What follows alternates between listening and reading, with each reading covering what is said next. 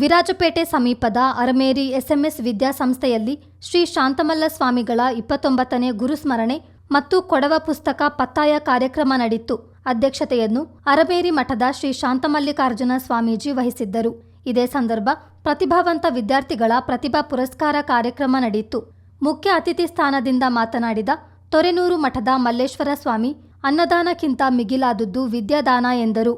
ಆಧುನಿಕ ಕಾಲಘಟ್ಟದಲ್ಲಿ ವಿದ್ಯಾರ್ಥಿಗಳು ಹೆಚ್ಚು ಅಂಕ ಪಡೆಯುವುದು ಮಾತ್ರವಲ್ಲ, ಪ್ರಸ್ತುತ ಪರಿಸ್ಥಿತಿಯಲ್ಲಿ ಜೀವನ ನಡೆಸುವ ವಿಧಾನವನ್ನು ಕಲಿಯಬೇಕೆಂದರು. ಪರಮಪೂಜ್ಯ ಶ್ರೀ ಶಾಂತಮಲ್ಲ ಮಹಾಸ್ವಾಮಿಗಳವರ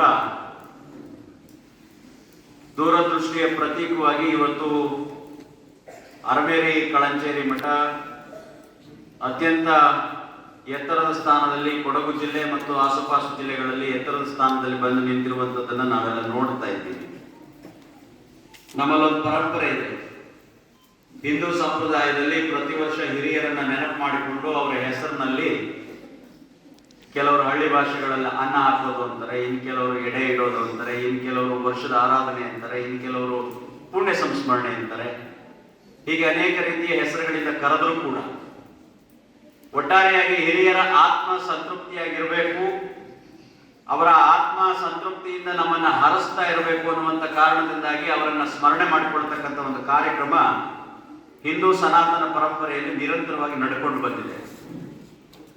ಹಾಗೆ ನಮ್ಮಲ್ಲೂ ಕೂಡ ಮಠಾಧಿಪತಿಗಳಲ್ಲಿ ಸರ್ವಸಂಗ ಪರಿತ್ಯಾಗಿಗಳಾಗಿದ್ದಂಥ ಸಮಾಜಕ್ಕೆ ತಮ್ಮನ್ನು ತಾವು ಸಂಪೂರ್ಣವಾಗಿ ಸಮರ್ಪಿಸಿಕೊಂಡು ತಮ್ಮ ಇಡೀ ಜೀವಮಾನವನ್ನ ಜಗದ ಜನರ ಏಳಿಗೆಗಾಗಿ ಸವೆಸಿದಂಥ ಪರಮ ಪೂಜ್ಯ ಸಂತರನ್ನ, ಮಹಾಂತರನ್ನ, ಮಹಾತ್ಮರುಗಳನ್ನ, ಶಿವಯೋಗಿಗಳನ್ನ ಸ್ಮರಣೆ ಮಾಡ್ತಕ್ಕಂಥದ್ದು, ನೆನಪು ಮಾಡ್ಕೊಳ್ತಕ್ಕಂಥದ್ದು.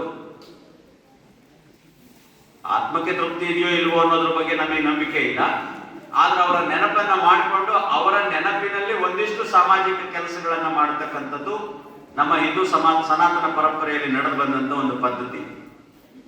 ಒಂದು ವೇಳೆ ನಮ್ಮ ಕಲ್ಪನೆಯ ಪ್ರಕಾರವಾಗಿ ಅವರ ಆತ್ಮ ತೃಪ್ತಿಗಾಗಿ ಎಲ್ಲ ಕೆಲಸಗಳನ್ನ ಮಾಡ್ತೀವಿ ಅನ್ನೋದಾದ್ರೆ, ಕಣ್ಣಿಗೆ ಕಾಣದೆ ದೈಹಿಕವಾಗಿ ದೂರವಾಗಿರುವಂತ ಎಲ್ಲೋ ಒಂದು ಕಡೆ ನಿಂತು ನಮ್ಮನ್ನು ಅರಸ್ತಾ ಇರುವಂತ ಶಾಂತಮಲ್ಲ ಮಹಾಸ್ವಾಮಿಗಳವರ ಆತ್ಮ ಸಂಪೂರ್ಣವಾಗಿ ಸಂತೃಪ್ತಿಯಾಗಿದೆ ಅನ್ನುವಂಥ ಮಾತನ್ನು ಬೇಕಾದ್ರೆ ಈ ಸಂದರ್ಭದಲ್ಲಿ ಅತ್ಯಂತ ವಿಶ್ವಾಸಾರ್ಹತೆಯಿಂದ ಹೇಳಬಹುದು. ಕಳೆದ 29 ವರ್ಷಗಳಿಂದ ನಿರಂತರ ಗುರುಸ್ಮರಣೆ ಕಾರ್ಯಕ್ರಮ ನಡೆಸುತ್ತಿರುವ ಬಗ್ಗೆ ಹೇಳಿದ ಶ್ರೀ ಶಾಂತಮಲ್ಲಿಕಾರ್ಜುನ ಸ್ವಾಮೀಜಿಗಳು, ಒಬ್ಬ ವ್ಯಕ್ತಿಯ ಯಶಸ್ಸಿಗೆ ಗುರುವೇ ಪ್ರಮುಖ ಕಾರಣಕರ್ತನಾಗಿರುತ್ತಾನೆ ಎಂದರು. ವಿದ್ಯಾರ್ಥಿಗಳು ತಮ್ಮ ಜೀವನದಲ್ಲಿ ಸದಾ ಗುರುವಿನ ಸ್ಮರಣೆ ಮಾಡುತ್ತಿರಬೇಕೆಂದು ಸ್ವಾಮೀಜಿ ಹೇಳಿದರು. ಈಗಿನ ಮಕ್ಕಳಿಗೆ ಅಭ್ಯಾಸದ ಕೊರತೆ ಕಾಣ್ತಾ ಇದೆ. ಓದುವಂತ ಹವ್ಯಾಸಗಳು ತುಂಬಾ ಕಡಿಮೆ ಇದೆ.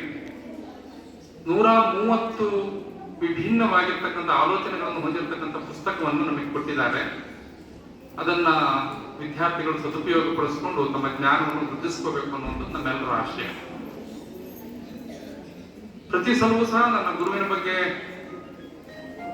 ಮಾತನಾಡಿಕೊಂಡೇ ಬಂದಿದ್ದೇನೆ. ಪೂಜ್ಯರು ಮಾತನಾಡ್ತಾ ಹೇಳಿದ್ರು, ಗುರು ಎಲ್ಲೋ ಇದ್ದಂತಹ ಒಂದು ಜೀವವನ್ನು ಭೂಮಿಗೆ ತಂದ್ರೆ ಭೂಮಿಯಿಂದ ಆಗಸ್ಟ್ ಎತ್ತರಕ್ಕೆ ಏರಿಸಿದಂತ ಒಂದು ಸದ್ಗುರು ಅನ್ನೋದನ್ನ ಅಲೆಕ್ಸಾಂಡರ್ ಹೇಳ್ತಾನೆ. ಮಾತನ್ನ ಪೂಜ್ಯ ಸ್ವಾಮೀಜಿಯವರು ನೆನಪು ಮಾಡಿಸ್ಕೊಟ್ರು. ಗುರುವಿನ ಮಹತ್ತರವಾಗಿರ್ತಕ್ಕಂಥ ಅಭಿಲಾಷ ಏನು ಅಂದ್ರೆ, ಯಾವುದೇ ಒಬ್ಬ ಶಿಷ್ಯ, ಒಬ್ಬ ವಿದ್ಯಾಗುರು ಇರಬಹುದು, ಒಬ್ಬ ಸದ್ಗುರು ಇರಬಹುದು, ಅಥವಾ ಯಾವುದೇ ಒಬ್ಬ ಗುರು ಅನ್ನುವಂತ ಭಾವನೆ ಬಂದಂತವನ ಮೂಲ ಅಭಿಲಾಷೆ ಏನಿರುತ್ತೆ ಅಂದ್ರೆ, ನನ್ನ ಶಿಷ್ಯ ನನ್ನನ್ನು ಮೀರಿಸಬೇಕು ಅನ್ನೋದು ಒಂದು ಆಶೆ ಇಟ್ಕೊಂಡೆ. ಇದೇ ಸಂದರ್ಭ ಕೊಡವ ಸಾಹಿತ್ಯ ಅಕಾಡೆಮಿಯ 17ನೇ ಪುಸ್ತಕ ಪತ್ತಾಯ ಕಾರ್ಯಕ್ರಮ ನಡೆಯಿತು. ಇತಿಹಾಸವನ್ನು ಮೆಲುಕುವ ಹಲವಾರು ಗ್ರಂಥಗಳನ್ನು ಶಾಲೆಗೆ ನೀಡಲಾಗ್ತಿದ್ದು, ಮಕ್ಕಳು ಇದರ ಉಪಯೋಗ ಪಡೆದುಕೊಳ್ಳುವಂತೆ ಕೊಡವ ಸಾಹಿತ್ಯ ಅಕಾಡೆಮಿ ಅಧ್ಯಕ್ಷ ಅಜ್ಜಿನಿಕಂಡ ಮಹೇಶ್ ನಾಚಯ್ಯ ಕಿವಿಮಾತು ಹೇಳಿದರು.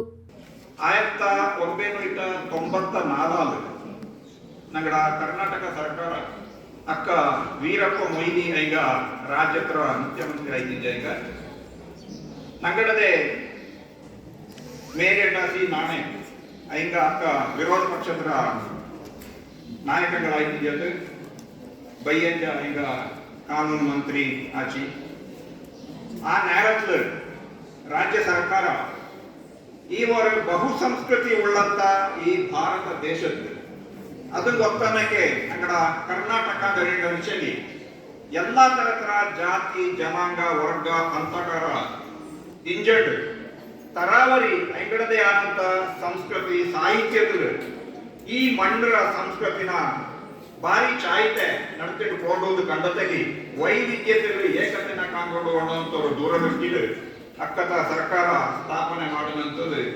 ಅಕಾಡೆಮಿ. ಆ ನೇರಕ್ಕೆ ಒಟ್ಟು 14 ಅಕಾಡೆಮಿನ ಸ್ಥಾಪನೆ ಮಾಡಿಸಿ ಅದಕ್ಕೆ ಕರ್ನಾಟಕ ಕೊಡವ ಸಾಹಿತ್ಯ ಅಕಾಡೆಮಿ ಒಂದು ಅನ್ನೋಕೆ ಹಂಗೆಲ್ಲ ತುಂಬಾ ಖುಷಿ ಪಡೋ. ವಿದ್ಯಾಸಂಸ್ಥೆ ವತಿಯಿಂದ ವಿವಿಧ ಮಠಾಧೀಶರನ್ನು ಸನ್ಮಾನಿಸಲಾಯಿತು. ವಿದ್ಯಾರ್ಥಿಗಳ ಸಾಂಸ್ಕೃತಿಕ ಕಾರ್ಯಕ್ರಮ ನೆರೆದಿದ್ದವರನ್ನು ರಂಜಿಸಿತು. ಚಿತ್ತಾರ ನ್ಯೂಸ್, ಕಡಂಗ.